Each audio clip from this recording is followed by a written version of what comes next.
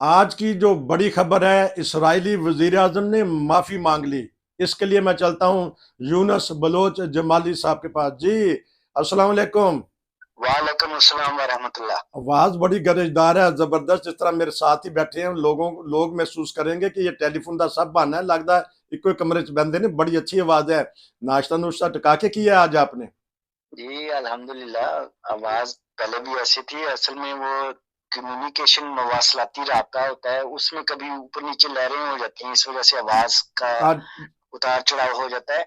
बात दरअसल ये है कि ये जो इसराइली वजीर आजम है, इन्होंने माफी तो मांग ली है, अच्छा। ठीक है, लेकिन ये इन्होंने किस चीज की माफी मांगी है ये मैं आपको बताता हूँ। जी। दरअसल ये एक प्रेस कॉन्फ्रेंस कर रहे थे, हम्म।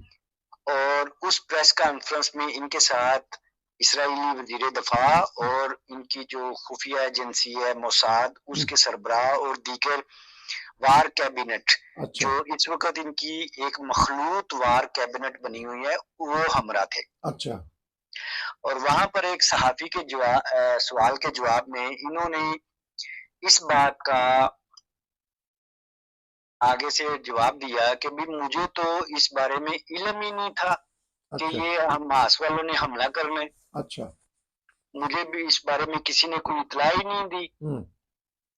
तो साथ में बैठे हुए, जबकि इनके वजीर दफा और दूसरी एजेंसीज ने इस बात की जिम्मेदारी कबूल कर ली है कि अच्छा। हमें पता चल गया था, लेकिन हम लेट रिस्पॉन्स कर किया, अच्छा। हम इस बात की जिम्मेदारी उठाते हैं। अच्छा। लेकिन नेतन्याहू साहब अपनी जिम्मेदारी से भाग रहे हैं, हम्म। और उन्होंने ये बाद में ट्वीट कर दिया।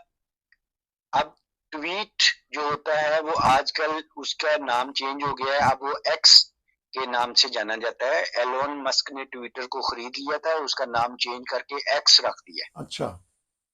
एक्स के ऊपर इनका ट्वीट, जिसमें उन्होंने ये लिखा कि मैंने अपने अदारों से किसी भी तरह की इंफॉर्मेशन नहीं पाई हम्म। कि इस तरह का हमला होना है, और मुझे किसी बात का कोई इल्म नहीं था। ठीक। तो ये एक बहुत बड़ा इल्जाम था इनकी अपनी हुकूमत के सरबराहों के ऊपर जो इनके साथ शामिल हैं, जी। और उन्होंने इस चीज को बड़ा महसूस किया। जी। पब्लिक ने इसको महसूस किया कि ये किस किस्म का वजीर आजम है, जिसको इस बात का ही नहीं पता। हालांकि दुनिया की नंबर वन ये इंटेलिजेंस एजेंसी मानी जाती है, जी। और इनके पास तो ऐसे ऐसे सॉफ्टवेयर हैं। हम्म। दुनिया का number one spy software Israel वाले बनाते हैं, पेगासुस, अच्छा। जो बहुत सारी हुकूमतें यूज करती हैं हम्म। जासूसी करने के लिए। जी। तो इनकी जासूसी की ये हालत है। तो इन्होंने वो ट्वीट कर दिया, हम्म। जिसमें अपने ऊपर से जिम्मेदारी इन्होंने ली नहीं, और दूसरों के ऊपर अपना शुल्ड यानी कसूर डाल दिया। अच्छा। क्या हुआ कि उसके ऊपर जब इनको धुनाई हुई अंदर में अंदरूने खाना, हम्म। तो इन्होंने 10 घंटे के बाद वो ट्वीट डिलीट कर दिया। अच्छा। लेकिन 10 घंटे काफी होते हैं पूरी दुनिया में मैसेज हम्म। पहुंचने के ठीक। लिए। हम्म। उससे क्या हुआ, इनके ऊपर ये इल्जाम आया, इनके ऊपर ये कहा गया कि आपने अपनी फौज का मोराल कम किया है, हम्म। उनके हौसले को पस्त किया है, अब आप माफी मांगे इसके ऊपर। हम्म। तो इन्होंने फिर एक ट्वीट की दोबारा, जिसमें इन्होंने माफी मांगी कि मैं अपने हमवतनों से, अपने साथियों से इस बात की माफी मांगता हूं कि पहले मैंने जो इन्फॉर्मेशन दी थी वो रॉन्ग थी, अच्छा। और मुझे इस सिलसिले में मैं अनकंडीशनल माफी मांग रहा हूँ। तो मतलब कहने का ये है कि एक वजीर आजम हम्म। जिसको ये नहीं पता कि उसको कौन सी इंफॉर्मेशन देनी है, कौन हम्म। सी देनी है, वो जनाब जंग कर रहा है इस वक्त। तो आप अंदाजा कर सकते हैं कि इनका प्लान क्या है। प्लान इनका यही है कि ये कोई ये जो हमास वालों के साथ इनका लेना देना नहीं है, कोई झगड़ा नहीं है। असल में इनका झगड़ा जो है वो गजा की पार्टी जो पट्टी है उसको खाली कराना है, ताकि ये उन फलस्तीनियों को बेघर करके सहराए सीना की तरफ धकेल दें, जो इजिप्ट में है, जो मिस्र में है। अच्छा। और फिर पूरे के पूरा वो प्लान इनका उस तरफ से कब्जा करने के बाद फिर वेस्ट बैंक जो मगरबी किनारा है, जहां पर भी अब जंग छिड़ चुकी हुई है, वहां पर भी तकरीबन सैकड़ों की तादाद में फलस्तीनी शहीद हो गए हैं, उनको मारा गया है और बच्चे बहुत ज्यादा शहीद हो रहे हैं। तो इनका यही प्लान है कि ये जो एक खंजर नुमा नक्शा इनका अरब के अंदर घुसा हुआ है, इसको पूरा कंप्लीट कर ले। आप देखें कि इसराइल का जो झंडा है उसके ऊपर एक नीले रंग की पट्टी है, दरमियान में डेविड स्टार है और फिर नीचे एक नीले रंग की पट्टी है। ये दरअसल मुराद ये है कि दरियाए नील से ऊपर वाला हिस्सा दरियाए नील है और नीचे वाली जो पट्टी है ब्लू कलर की वो दरियाए फरात है। अच्छा, तो दजला और फरात वो इराक तक है। ये इनकी प्लानिंग है इसराइल की कि ये नील से लेके फरात तक का जो हिस्सा है जिसमें जॉर्डन, लेबनान और दूसरे इलाके शामिल है, इन सब पर कब्जा कर ले। ग्रेट इसराइल बनना चाहता है। अच्छा, अमेरिका से बताइएगा कि वहाँ एक ऐसी हमारा मुआशरा है कि मुखालफत में भी और हक में भी मुजाहरे होते हैं, तो वहाँ तो हमारे जो यहूदी मज़हब से ताल्लुक़ रखने वाले हैं उन्होंने भी कुछ जंग बंदी के लिए मुजाहरे किए हैं। जंग बंदी कहना चाहिए कि वो चाहती हैं कि जल्दी से जल्दी जंग बंदी हो जाए। 2-3 मिनट हैं, तो कौन कौन सी हुकूमतें दबाव डाल रही हैं कि उस इलाके को हमास और इसराइल में जंग बंदी हो जाए? देखिए, असल में ये आप इसको ये समझें कि ये जो इसराइल है ना, ये इस वक्त पूरी तौर पर बदमाशी के ऊपर आ गया, ये किसी की बात नहीं सुन रहा।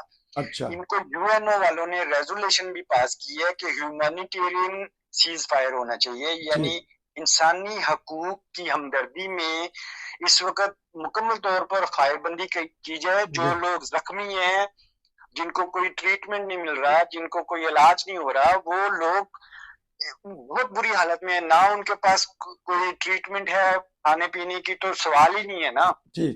उनको कम से कम इनको सेफ तो करने दें, लेकिन वो इतने जारहाना अंदाज में वो अमेरिका की बात भी नहीं मान रहे, हालांकि अमेरिका सबसे ज्यादा उनका सपोर्टर है।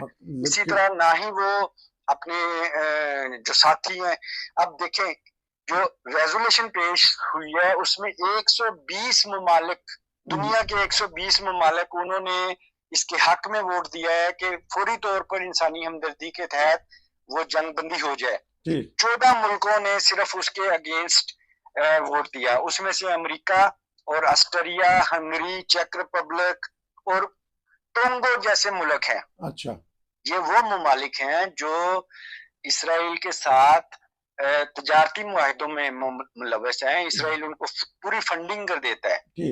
और आपको ये बात सुनकर हैरानी होगी कि 56 ममालिक ने किसी भी तरह से इस वोटिंग में हिस्सा ही नहीं लिया, जिसमें इंडिया भी शामिल है। अच्छा, इंडिया वाले बिल्कुल खामोश होकर बैठ गए। उनको इस चीज के ऊपर बड़ी तनकीद का सामना हो रहा है मोदी गवर्नमेंट को कि आप कम से कम दुनिया में 120 मुल्क जो हैं वो इंसानी हमदर्दी के तहत फलस्तीनियों के हक में सीज फायर की डिमांड कर रहे हैं, क्यों नहीं आपने साथ दिया? हमारे पास 1 मिनट है कि नाज़रीन को बता दें कि यूरोपीय यूनियन भी दबाव डाल रहा है कि यूरोपीय मुल्क भी कि किसी न तरीके से ये जंग बंदी हो जाए और वहां अमन पैदा हो जाए। देखिए, यूरोपीय यूनियन की सीधी सी बात है, यूरोपीय यूनियन बिल्कुल दोगली पॉलिसी पर अमल कर रहा है। यूरोपीय यूनियन किसी भी तरह से नहीं चाहता कि वहां पर अमन हो। ये उनके साथ मिले हुए हैं, ये सिर्फ इन्होंने टोपी ड्रामा किया हुआ है। अच्छा, ठीक है, इसमें हुकूमतें मुलव्वस हैं। ये अपनी हमदर्दी जो है, बेसिकली ये अपनी तजारत को फरोग देना चाहते हैं, ये अपने वेपन्स वहां पर खत्म करना चाहते हैं, और कोई बात नहीं है, कोई इनको हमदर्दी नहीं है। सबसे पहले जब जंग हुई, इन्होंने आते सारी ये ऐलान कर दिया कि जी मिस्र को अपने दरवाजे खोल देने चाहिए, जॉर्डन को अपने दरवाजे खोल देने चाहिए, क्योंकि इनको पता है ये प्लान है कि इन दोनों कंट्रीज में फलस्तीनियों को धकेल दिया जाए और पूरा इसराइल जो है उसका कब्जा हो जाए। नाजरीन, आज का ये स्पेशल प्रोग्राम था कि जो वज़ीर आज़म इसराइल के हैं उन्होंने माफ़ी मांगी है और अंदर तक की बातें बता दी हैं कि ग्रेटर इसराइल के बनना चाहते हैं, तो बलोच साहब ने वो भी तहकीक के बाद बता दी है बात। उम्मीद है कि आपको हमारे प्रोग्राम पसंद आए होंगे। कल का जो प्रोग्राम है माशाल्लाह बलोच साहब का हमारा टिकटॉक पे चला है 6,500 के करीब, वहां जाके लोग देख सकते हैं। हमारे दूसरे 2 चैनल पे भी चला है। आपका बहुत शुक्रिया। इंशाल्लाह फिर मिलेंगे। नसीर को इजाज़त दीजिए। अस्सलाम वालेकुम।